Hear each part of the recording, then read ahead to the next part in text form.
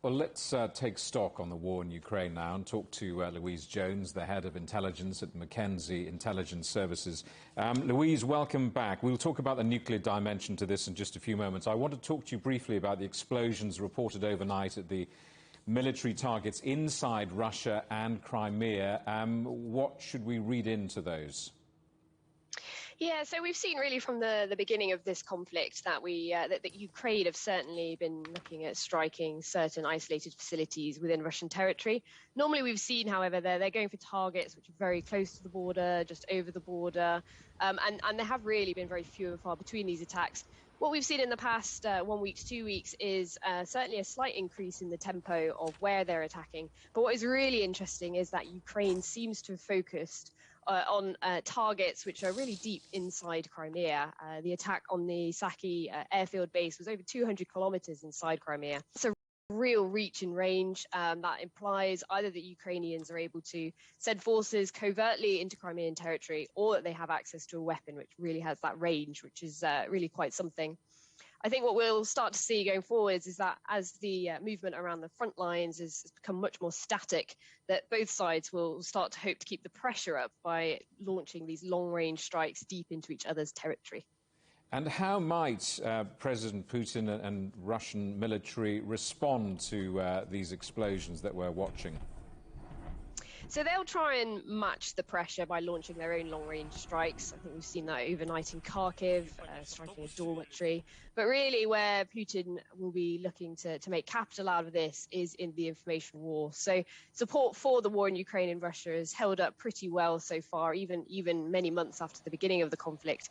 But support for measures such as widespread conscription, really mobilizing the entire Russian economy against the war, the support for that is certainly a lot weaker.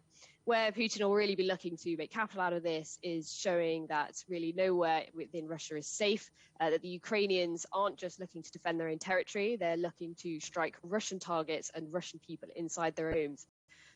Putin really will be focusing, therefore, on the information gained from this rather than any of the military retaliations that I'm sure we will see some of. I don't know if you heard it, but we were reporting and discussing the concerns around the nuclear power plant. What's your assessment of the risk and the situation there?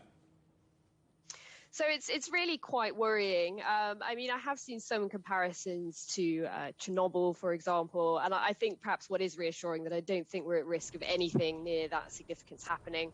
The reactors at Zaporizhzhia are very well protected under meters of concrete, steel. There's really nothing that the Ukrainians and Russians have used so far that will in any way penetrate that and cause any damage.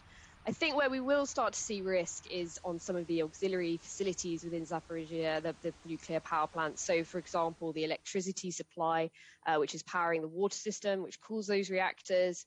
And really, I think where we'll see, though it's quite similar, is with the accident in Fukushima in Japan some years ago, where what caused a partial meltdown there was the interruption to electricity, which then meant that the water system wasn't as effective as cooling the reactors as it should be.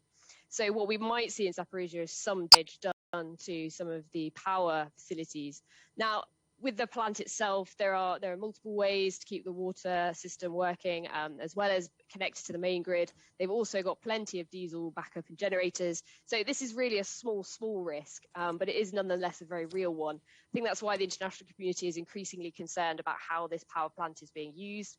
We've seen video which clearly shows alleged Russian vehicles inside the turbine hall, clearly put there for protection. They know the Ukrainians will not deliberately seek to target there precisely. However, you know, in war, nothing is certain, and it's really potentially putting that area at some significant risk. So it really is very welcome that there are some efforts underway to get IAEA inspectors in, and really every effort should be made by the international community to ensure that the Ukrainian workforce at the plant can do their jobs safely, and any repairs or any preventative measures can be taken as required.